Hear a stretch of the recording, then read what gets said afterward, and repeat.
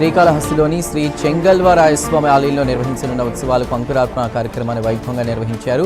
శాస్త్రోక్తంగా ప్రత్యేక పూజలు నిర్వహించి వేద మంత్రోచ్చరణల నడుమ అంకురార్పణ కార్యక్రమాన్ని చేపట్టారు. ఉత్సవాలు విజయవంతంగా నిర్వహించాలని స్వామివారిని ప్రార్థించారు. ధవళేశ్వరం బ్యారేజ్ వద్ద గోదావరి నీటి మట్టం 14.90 అడుగుల వద్ద నిలకడగా ఉంది. 175 గేట్ల ద్వారా నీటిని సముద్రంలోకి విడుదల చేస్తున్నారు. రెండో ప్రమాద హెచ్చరిక కొనసాగుతోంది.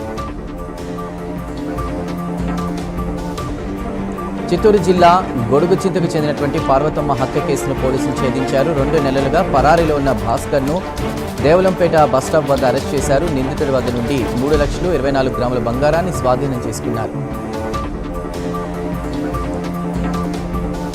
అనకాపల్లి జిల్లా కసింకోట ఆర్ఈసీఎస్ పరిధిలో పనిచేస్తున్న సిపిఎస్ కన్సల్టెంట్ పే వర్కర్ల జీతాల కోతకు నిరసనగా గవరపాలెం విద్యుత్ శాఖ ఎస్సీ కార్యాలయం ఎదుట ధర్నా చేపట్టారు. జీతాలు పెంచే అధికారం లేనప్పుడు తగ్గించే అధికారం ఎలా ఉందని ఈపీడీసీఎల్ యాజమాన్యాన్ని ప్రశ్నించారు.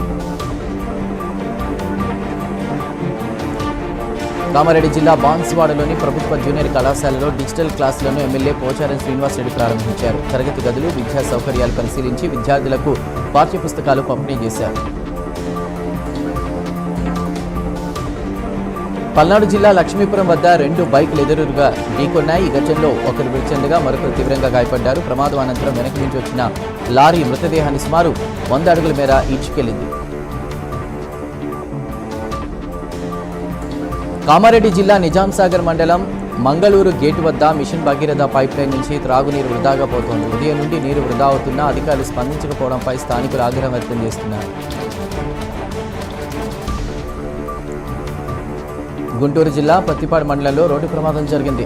తుమ్మలపాలెం సర్వీస్ రోడ్లో ఓ వ్యక్తిని ఆటో ఢీకొట్టింది. ఈ ప్రమాదంలో అతడు అక్కడికక్కడే మృతి చెందాడు. మృతదేహాన్ని పోస్టుమార్టం నిమిత్తం ఆసుపత్రికి తరలించారు. కామారెడ్డి జిల్లా బాన్సువాడ పట్టణంలో వీధి కుక్కల దాడుల నేపథ్యంలో మున్సిపల్ అధికారులు చర్యలు చేపట్టారు. వీధి కుక్కలను పట్టుకుని తరలించే కార్యక్రమాన్ని ప్రారంభించారు. శాశ్వత పరిష్కారం కోరుతున్నారు. ఖమ్మం జిల్లా న్యూ లక్ష్మీపురం గ్రామానికి యువకుడు గడ్డం వేణుకుమార్ ఆత్మహత్య యత్నానికి పాల్పడిన ఘటన చోటు చేసుకుంది. ప్రస్తుతం అతడు ఖమ్మంలోని ఓ ప్రైవేటు ఆసుపత్రిలో చికిత్స పొందుతున్నాడు. నోటిఫికేషన్ల ఆలస్యం, వ్యక్తిగత సమస్యలతో మనస్తాపానికి గురైనట్లు సూసైడ్ నోట్లో రాశారు.